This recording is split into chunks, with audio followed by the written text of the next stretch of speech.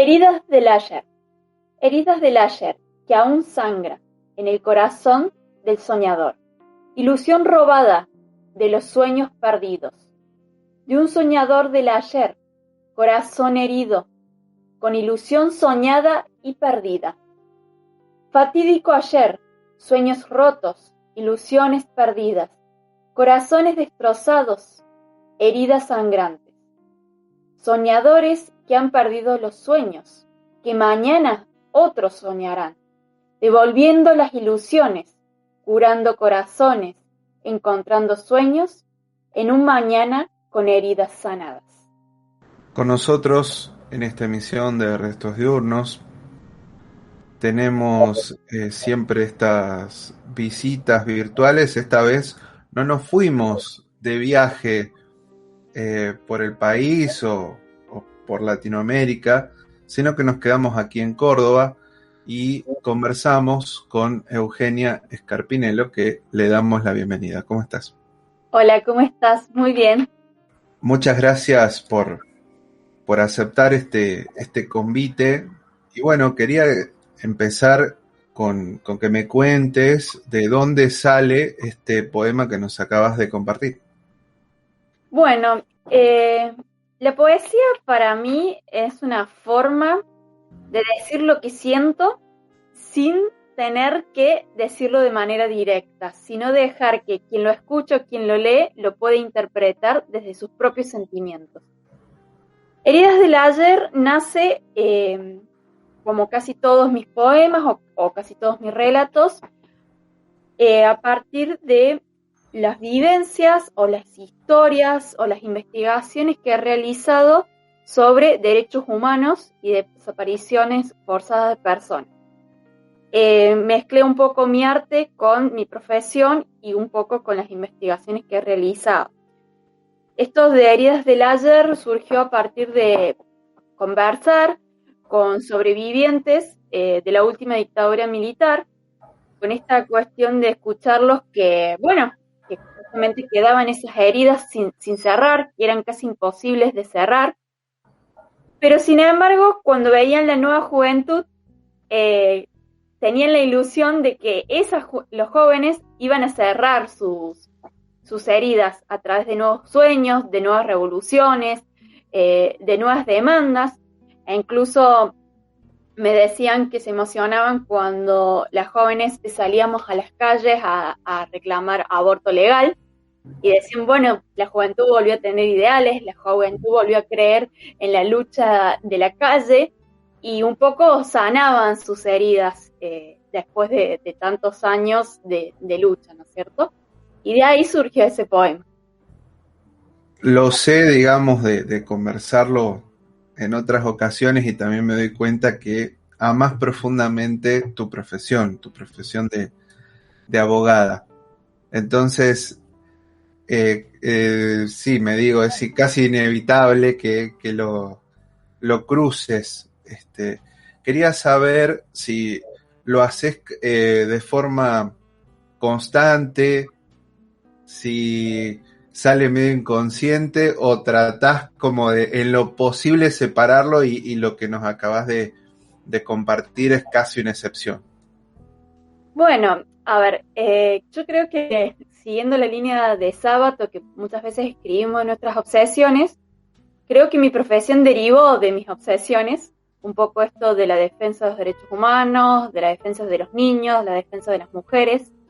Me desembocó en ser abogada o aferrarme a esa parte del derecho. Y esa misma obsesión desemboca en mis escritos. Mis escritos tienen marcada la lucha femenina, lo que es la cuestión de violencia de género, el darle relevancia al protagonismo de las mujeres, o estos reclamos, estas injusticias que muchas veces no son escuchadas. Cada día me es un poquito más difícil separar esos temas que me atraviesan de mi profesión y de mis escritos. Es como casi sería uno, aunque bueno, por supuesto, la abogacía lamentablemente también está marcada por la burocracia, por la intervención de la administración pública y demás, que le quita esa magia que lo podemos poner en los poemas o lo podemos poner en los relatos, esa humanidad, que lo ves con la persona, lo ves con el cliente, pero bueno, se pierde un poquito entre expedientes, números de expedientes, recursos y demás. Pero bueno, no sería la excepción. Es más, creo que mi profesión es una consecuencia de esos ideales o de esos intereses, además de la escritura, por supuesto. ¿Dónde te sentís más cómoda? ¿En la poesía? ¿En la narrativa? Y yo creo que me siento más cómoda en la narrativa porque puedo desarrollar más escenarios, puedo poner más matices en los distintos personajes. La narrativa, creo que mi narrativa llega a un público en general, no se necesita tener una preparación o un conocimiento previo o una edad previa una edad determinada, para entender la narrativa. Los poemas son más íntimos, más abstractos, tal vez de una frase o de un sentir mío con respecto a un hecho, nace el poema. Y es más difícil tal vez de hacer que llegue o de hacer que se interprete tal vez como nació. Y soy más cuidadosa al elegir las palabras, porque cada palabra tiene un sentimiento. En cambio, la narrativa, bueno, soy un poquito más práctica. Mi profesión es de escribir mucho, así que la redacción y la escritura en cuanto a narrativa es más fluida y puedo decirte que estoy más cómoda ahí. ¿Recordás cuál fue el disparador tuyo, como de alguna autora, me refiero a autor, que te sumergió en el mundo de la lectura? Vamos a empezar con la lectura, después vemos la escritura. Sí, fue para posicionarme en el tiempo, vacaciones de invierno de 2º grado. Yo dije, estoy aburrida. Y mi hermana mayor me dice, si estás aburrida, te doy unos libros para que leas. Hacía un frío tremendo y estaba ideal para leer. Y entonces me regaló obras de las hermanas Bronte. Jane Eyre y Cumbres Borrascosas. Tal vez un poco avanzado para una chica de 7 años, pero ya estaba acostumbrada a ser una chica estudiosa, así que no se me dificultó la lectura. Me encantó y me enamoré de las hermanas Bronte. Me enamoré de sus obras y me enamoré de su historia. De ahí en más no paré de leer, luego leí también Mujercitas, Los hombrecitos de Jo. De nuevo me volvió a pasar de querer a la autora tanto como a sus escritos, y ya un poco más grande me adentré a la literatura argentina con Sábato a la cabecera, con El túnel, que fue como el que me movió toda la estantería en la secundaria. Cortázar y Pizarnik fueron, digamos, los que dijeron, bueno, mirá, ¿qué te ofrece tu patria en letras? Y estaban ellos, digamos. Pero digamos, las primeras fueron las hermanas Bronte, que hasta el día de hoy no las dejo de leer, no las dejo de apreciar, no dejo de ver sus documentales y películas basadas en ellas, porque me encantan y a ellas les debo el agradecimiento de haber sido una lectora voraz. Me contás, aparte de las hermanas Bronte, porque bueno, para el oyente que obviamente no está viendo esta situación, estamos charlando por videollamada, ustedes lo saben, estamos en pandemia y bueno, estas son algunas de las posibilidades que tenemos para conversar en radio también. Y le cuento a los oyentes que mientras Eugenia lo nombraba Sábato a la cabeza, su mano se fue al pecho de ella con mucho amor, entonces quería que me cuentes qué significa Sábato para vos. Sábato para mí es el simbolismo del abuelo sabio, de la persona culta, pero igualmente humana, no engreída, no ególatra, no quiero demostrarte todo lo que yo sé, sino que quiero desde mi saber aportar algo. Todas sus obras, incluso sus ensayos, me parecieron obras que te dejan una enseñanza profunda, que creo que era una persona que transmitía no solo sabiduría, sino también paz en sus escritos, algo de esperanza para el mañana. Y para mí significa, bueno, ese abuelo sabio, ese maestro, que también aprecio su trayecto como profesional, en sabedor de la física, un académico, un investigador, habiendo nacido de inmigrantes, de una clase obrera que haya abrazado la cultura como la abrazó y querer transmitir esa cultura con esa sencillez, con esa humildad y siendo siempre tan humano.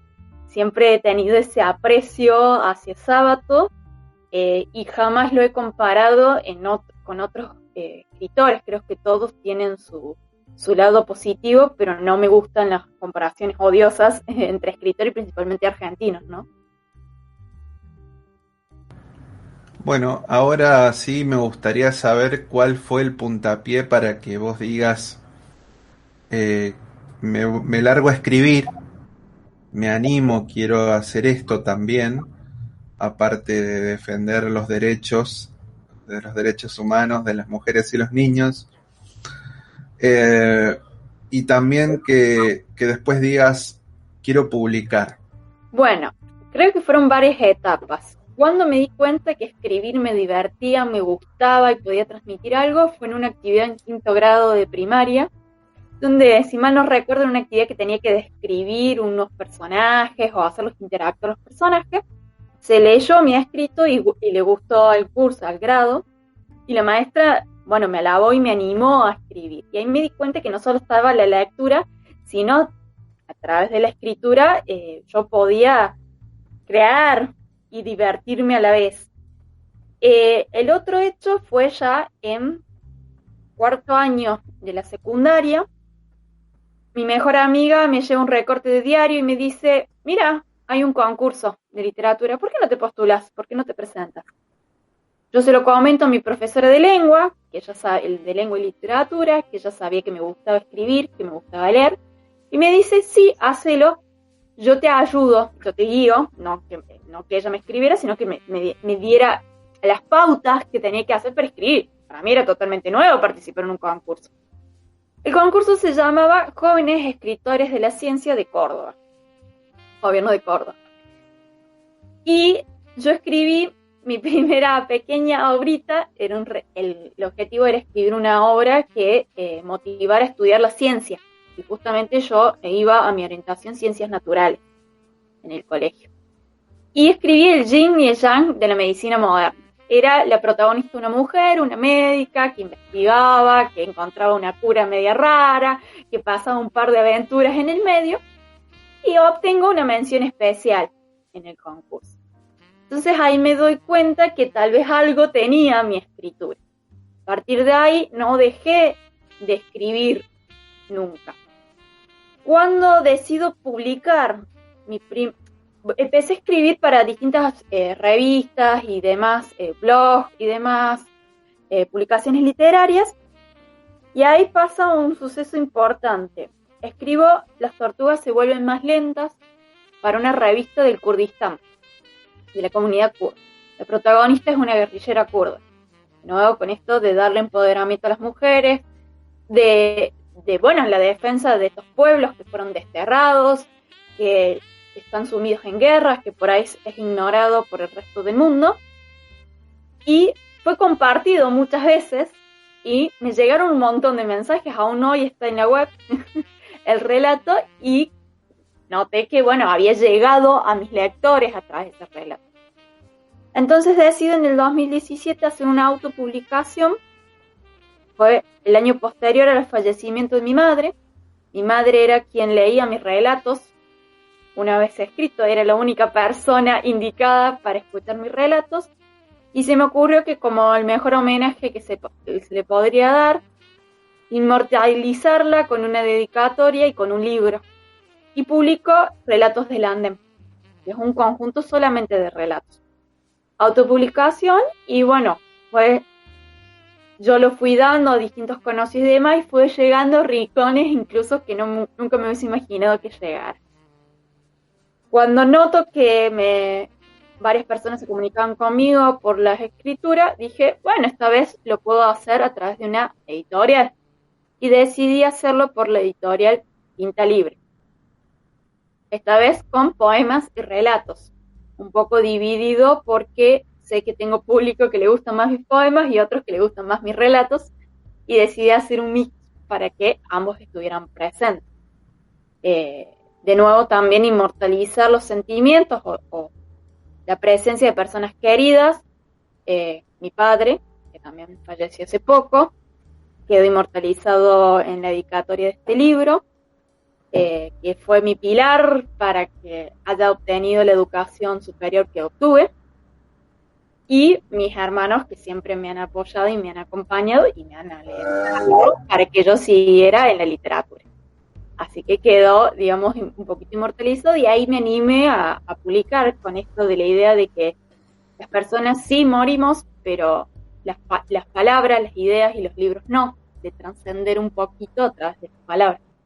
Esta última publicación, por supuesto que es muy reciente y de alguna manera la estás disfrutando, si se quiere, apenas se va compartiendo y demás.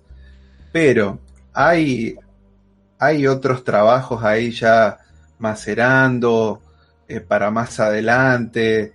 No sé si para este año, capaz que la respuesta es positiva, pero ¿hay algo ahí ya pronto a publicarse, ahí dando vueltas? ¿Otras ideas? Estoy trabajando en un libro que es original en cuanto a mi estilo de escritura. Yo soy de escribir relatos cortos y relatos que impacten. Este nuevo libro se llama El Leyente, lo estoy escribiendo aún, todavía ni siquiera ha pasado a la fase de corrección, donde son lo que se llaman historias enmarcadas o historias cruzadas. El protagonista es Vito, un anciano de 80 años, que va leyendo historias de personajes que se le han cruzado en su vida, en su larga vida, un anciano argentino, que tiene entrecruzamiento con una asistente social psicóloga muy joven, entonces hay el choque generacional. Y este hombre cuenta desde su infancia, que vendría a ser el primer gobierno peronista, hasta la actualidad, encontrándose en una cuarentena por una pandemia en el medio. Y va pasando a través de distintos personajes: gobierno peronista, la revolución del 55, guerra de Malvinas, democracia, crisis del 2000 y los nuevos derechos de las nuevas generaciones a través de los ojos de un anciano de 80 años. Todas estas historias, si bien son relatos, están entrecruzadas por este personaje, atravesadas por este personaje, el cual va aprendiendo a leer a estas personas, a estas historias, y por eso es el leyente. Es un desafío para mí porque nunca interconecté las historias, sino que eran historias, pequeños relatos independientes, y mantener un hilo histórico, mantener las características, por supuesto, de las distintas épocas, volver a leer el contexto histórico, analizarlo, cómo hablaban y cómo eran las personas en esas épocas, qué es lo relevante de esa época, pero también bajarlo a lo cotidiano, qué le había pasado a esa persona o qué estaba haciendo esa persona en 1905. Pero bueno, todavía falta darle el cierre, interconectar un poquito mejor las historias y después pasarlo a la fase de corrección. Creo que va a llevar su tiempo, pero creo que va a ser la obra más desafiante que he realizado hasta el momento. Las otras eran más bien viscerales, de escribirlas y que salieran al mundo, y esta es más trabajada, es la primera que hago tanta documentación, estudio en profundidad en cada una de las etapas, y creo que va a tener unas características especiales. Estimada Eugenia, te quiero agradecer tu tiempo, tu buena voluntad, tu predisposición para esta charla. Y bueno, te invito a que cierres esta charla justamente con un relato, el que vos quieras. Bueno, este es el relato más pequeño de de cuerpo caído, lo titulé Cómplices. El pueblo llamado 9 de Julio era donde él vivía, en una casa común, algo descolorida y desordenada. Se oían los truenos, se aproximaba una épica tormenta de verano. Odio las tormentas de verano, pero esta me serviría para borrar los rastros. Viajé por 1 hora y media en carretera en un auto alquilado. Él me había enviado el último mensaje hacía 2 horas y media. Era su dirección. Me esperaba con ansias. Nadie me vio llegar. Miré por la ventana. La copiosa lluvia. Me sacó de la contemplación esa gata regordeta, blanca con gris, maullando. Me presumió su presa, una cucaracha. Estaba muerta y algo descuartizada. Me agradan los gatos, y por eso decidí llevármela conmigo. Al fin y al cabo, somos cómplices. La cucaracha muerta quedó justo a su lado. La sangre de él aún estaba caliente y se escurría por el piso de madera.